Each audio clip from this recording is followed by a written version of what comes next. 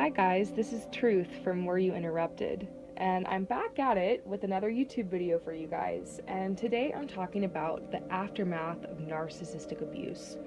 So, life after narcissistic abuse.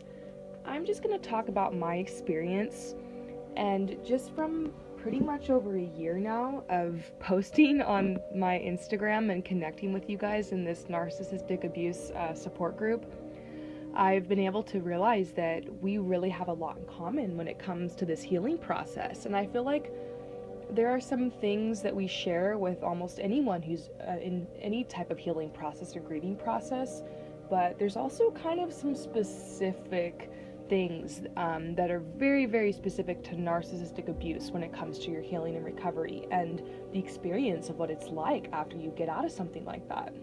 So, this is a video for those of you guys who are wondering what it's going to be like after you leave your narcissist. Maybe you're even experiencing some of this as you detach, but it's also a video for those of you guys who have left already and you're out of your relationship with the narcissist. You've moved away, or you've broken up with them, or you're trying to go no contact, or you're pretty much no contact. So wherever you're at on this journey, this is kind of more what life is like after.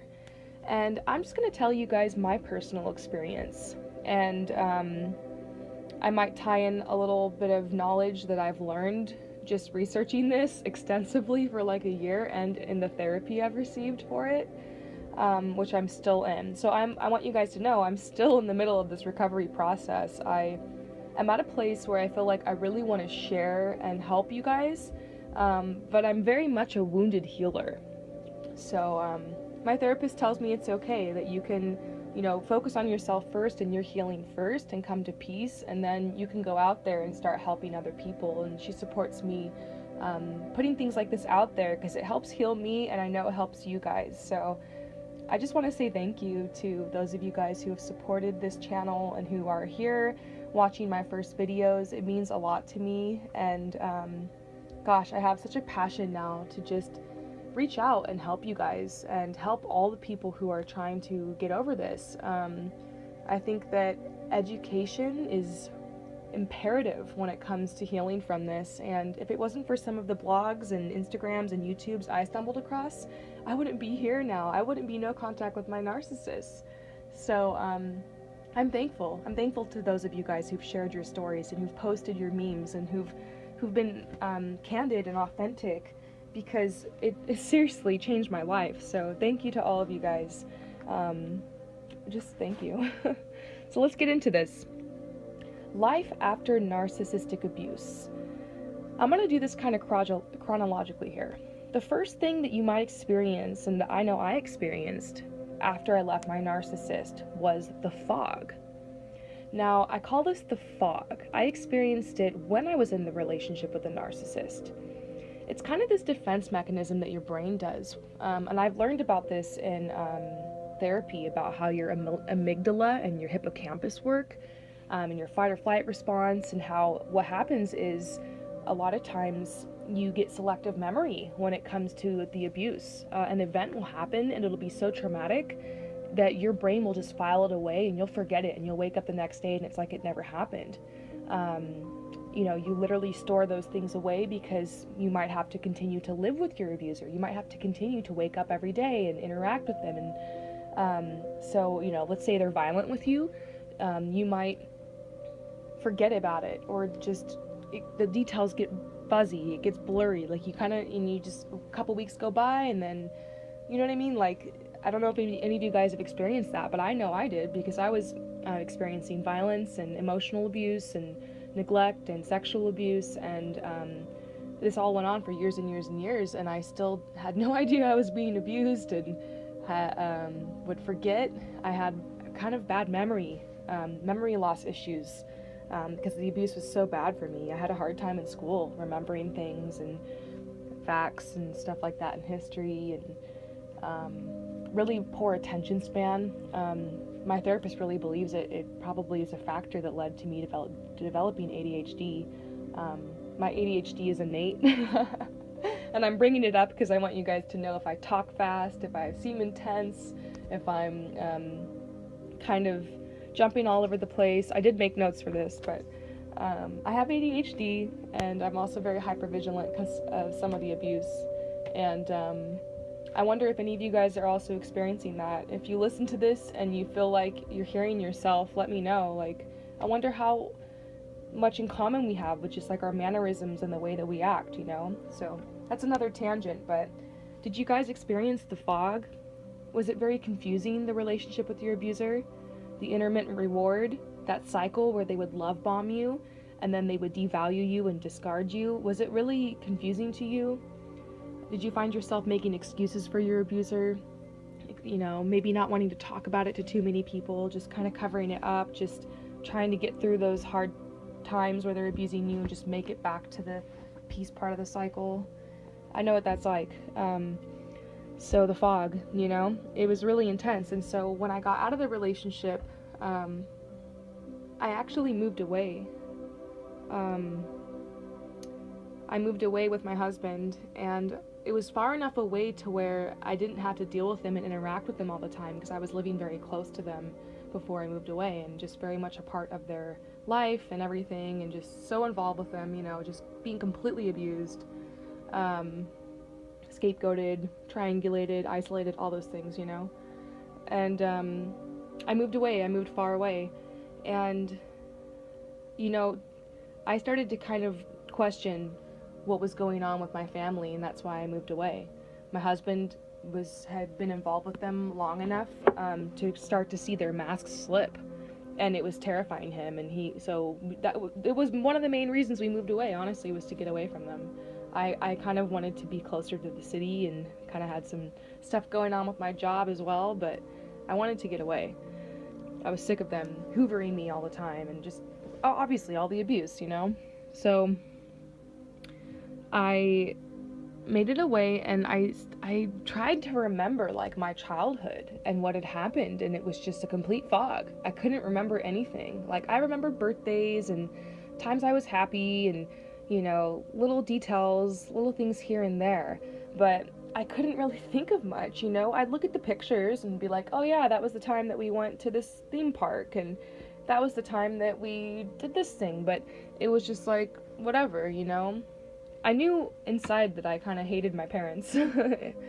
I knew I was angry and rebellious and just kind of messed up and like kind of had issues, you know what I mean? But I just didn't really know why. I was in a fog. I was just living in the moment, you know. I was just trying to dissociate anything I could do to distract myself from everything that happened to me. For some people it's drugs, you know. For some people it's alcohol. For some people it's just watching lots of TV, just working all the time, workaholic. For some people it's just losing yourself and taking care of other people, codependency, taking care of your kids, anything to not spend that time alone, to turn back to yourself to like process and actually heal from your abuse, you know what I'm saying? So I was in the fog for a while, and what happened was I started to uncover my memory. So life after narcissistic abuse, you know, first you're in the fog, and then you start to uncover your memory. And this is a very normal thing that happens. Look up abuse amnesia. Abuse amnesia. Google that.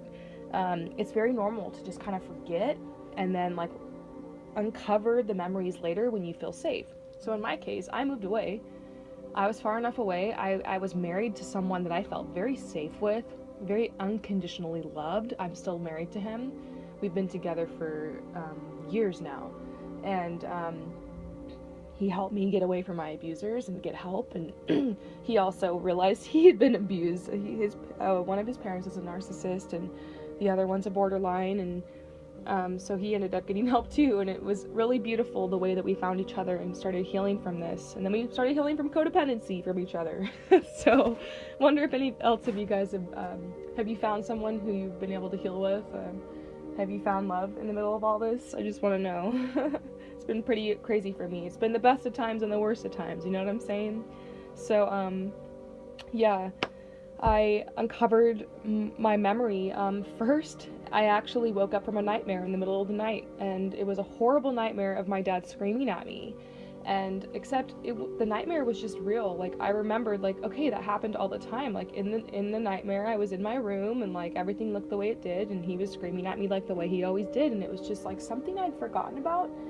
And I'd been out in the world for years, working, still being hoovered by my parents, but I wasn't actually being, physically abused or sexually abused anymore, but I was still very much being emotionally and psychologically abused, and still kind of in that crazy narcissistic family dynamic and participating, and it was just crazy. Even though I was, I was in my 20s and an adult and supposed to be like, figuring out what I'm going to do with my life. My whole life was like my family, and they just tried to guilt trip me, you know what I mean? So, the dream I had was just so real, and I started crying, and I told my husband about it, and he was like, wow, like, that sounds really abusive. And that was the first time someone ever had used that term to me about my family and about what my dad did and what my parents did, my mom, and I was like, and he was just like, what else happened? Like, what are you not telling me? Like, do you remember, like, other stuff? And, honestly, it kind of came back in a flood. Ever since that, I started having more nightmares. I was just washing the dishes, and bam, I'd have like a flashback. And so, it was almost like a movie, the way that these memories came back. It was just like flashbacks, and flashbacks that were so real that my husband would have to be like, hey, are you there? Are you okay? Like, can you hear me? Like, because I would just stare, and I honestly kind of had a breakdown at this point. It was so much for me to uncover all these intense memories of being like a small child, and being, treated violently, and being, my parents treating me in a way that parents should never, ever treat their children. And I'm not going to get into the details. I'll tell my story later, and I really don't want to trigger myself. But I'm going to be real with you guys. It was pretty brutal how I was raised, As you've read on my Instagram, my parents were cult leaders. And I didn't even know that. At this point, I'm just uncovering these memories. My husband had visited the quote-unquote church that my parents led, and he tried to tell me he thought it was a cult, and he was just, I don't know, he was just trying to flow with it. He meets this girl, he falls in love with her, and then over time, it was honestly after 4 or 5 years that I really let him into my family and started bringing him over more. Because they wouldn't even accept him. They were so narky. They just talked so much crap on him, Put him down and put me down, and they didn't want me to be with someone who was safe and who would see the truth and try to help me, because they knew he was smart and that he totally unconditionally loved me and cared for me. So, I guess I'm kind of going on a tangent, but basically my husband was like, yeah, that's a cult, And so at this point, I started researching. I started Googling. I started asking questions. My husband started helping me find stuff online. Like, I found all these blogs, and basically I found my way to YouTube, to this channel called Narcissism Survivor. So look up Narcissism Survivor. Trigger alert, because he gets really angry when he talks about narcissistic abuse, and if you've been abused by like an angry man, then he might trigger you. But for me, when I found this guy's channel, it really helped me, because it was a guy who was really angry, and it actually kind of reminded me of my dad, except he was angry about narcissistic abuse. So it helped me realize, like, I had the right to be a victim, and I had the right to be angry about this, and it's wrong what happened to me, because I've been trying to like explain it away my whole life. I've been trying to cope with it and just make up excuses. My brain has been brainwashed. I've been tricked and wired into just thinking that it's normal. And so here I am in my mid-20s, basically realizing that I am a cult survivor, of which my parents were the leaders, and I've got to go no contact with them and get away. They're violent and abusive, and it's just the craziest thing, because I'm a smart person, I'm intelligent, I had a job I was a manager at, I had my own business on the side that kind of revolved around that job, and I was making good money, I had my own apartment. I'd been kicked out right when I turned 18, and was on the streets, actually homeless, and then I had a job and was able to save up money and quickly get myself a place, and so that's kind of more background on my story. It was pretty crazy, but used to being self-sufficient, taking care of myself, but here I am melting down. I had just moved away, and recovering all these memories, because apparently, you know, I felt safe enough, my brain felt safe enough to finally like bring all this stuff up. You know, when something's down in your subconscious, it won't stay buried there for long. You know, your brain will bury things down there to help protect you in the moment, but once you're safe, it's going to come up, and you're going to have to clear that out, and you're going to have to face it. And I truly think that the reason that narcissists are the way they are is because they have those same things that come up, their trauma and their past, and instead of confronting it, they push it down, and then they project all that shadow and darkness onto other people. So anyways, that's another tangent. We'll do another video on that. But yeah, so pretty much here I am. Life after narcissistic abuse. First I had the fog. You know, I started uncovering my memory, and then I moved on to education. Because there's layers of awakening. The more that you educate yourself on this, on narcissistic abuse, the more you realize it's like an onion, you know, you're just peeling back the layers. First, I learned about all the different types of abuse tactics, like brainwashing. I was like, oh my God, I've been brainwashed. I learned how, you know, your brain is like a sponge from ages 0 to 8. Anything that goes in there is basically programming you. And I saw how my parents programmed me. My dad, when I was 2, would literally scream at me, if I say the sky's purple, the sky's purple. So like, it's crazy, because I was Googling it, and I read online an example. For example, abusers will tell you that, you know, if they say the sky's purple, then it's purple. And I was like, they were speaking figuratively to try to explain to you, like, this is how brainwashing looks. And I was like, wow, my dad literally said that to me. Like, he was so such a malignant narcissist that he was like aware of what he was doing. Anyways, I'm getting so worked up. Can you guys tell? Oh my God, I'm still very angry about this, but it's okay. I'm gonna take a deep breath and chill my vibes in case I'm working you guys up, because I know how sensitive you can be to energy after going through this. So I'm gonna take a deep breath.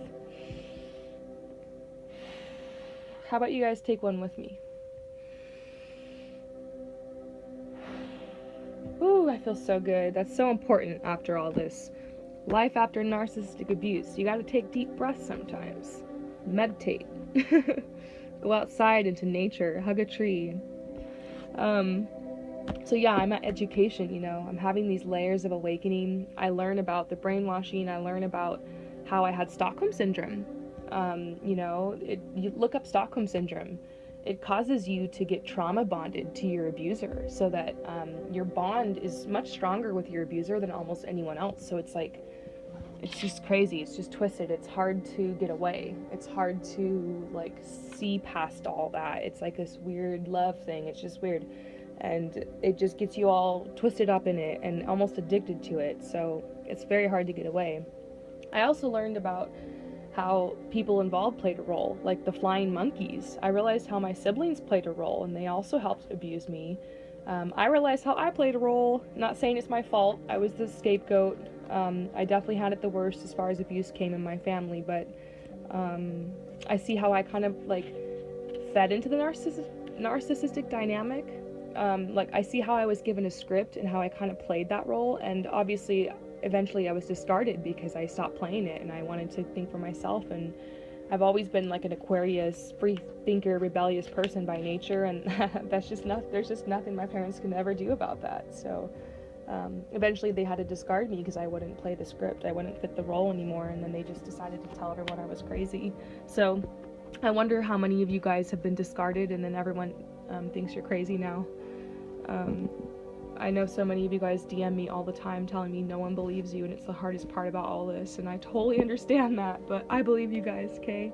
Thank you for believing me. So yeah, you educate yourself and you realize all these things, and I highly suggest you guys do that. If you're still in the fog, or you're going through the memory recovery right now, the next step is education. So a lot of you guys DM me saying like that my posts actually will trigger you guys to remember things. I've had people literally just randomly tell me that my post came up in their newsfeed and it triggered them a memory, and they DM me and were like, oh my God, I think my brother's a narcissist, or I think my boyfriend, or I think that I'm being abused, or oh my God, I think I might have been raped or something, and I totally didn't realize it. And it's just crazy when people reach out to me like that. I'm always happy I'm like the first person they tell, because I just tell them they're not alone.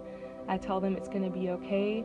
I try to lift them up and just encourage them to keep going on this journey, because it will just naturally unfold. This journey is just such a natural process of life and its cycle with death and rebirth. I mean, just look out in nature, how beautiful it is that mirrors us.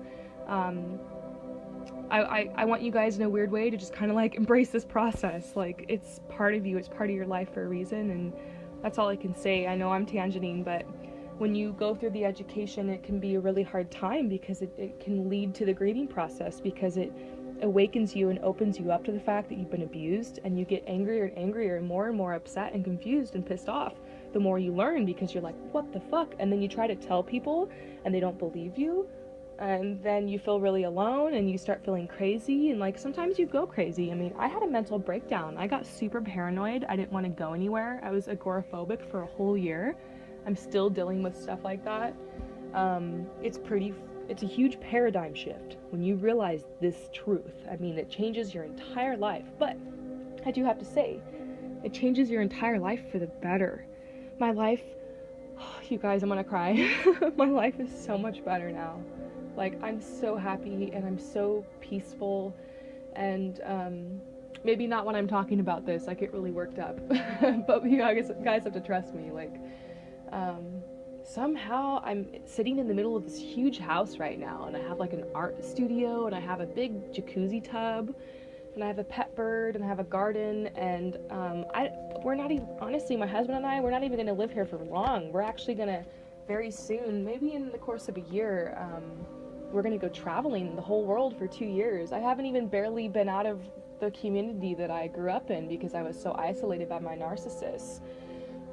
I'm just taking this time to heal and to bounce back, you know, and give myself some downtime, and I'm really fortunate that this all worked out. I mean, when I first left my narcissist, I was pretty much on food stamps. My husband and I, it was a really hard time for us, and you know, both of us, we don't have college degrees, and we're just kind of self-made people, and we're actually using our gifts and our talents and our creativity to start businesses, which are doing really, really well, and it's been amazing. So that's kind of a tangent, another one. That's what I do. I'm ADD, but you guys, you know, there is a life after this. All your dreams will start coming true. Once you get rid of the narcissist and you start healing, you clear out all this junk and you make space and make room for what's truly meant for you.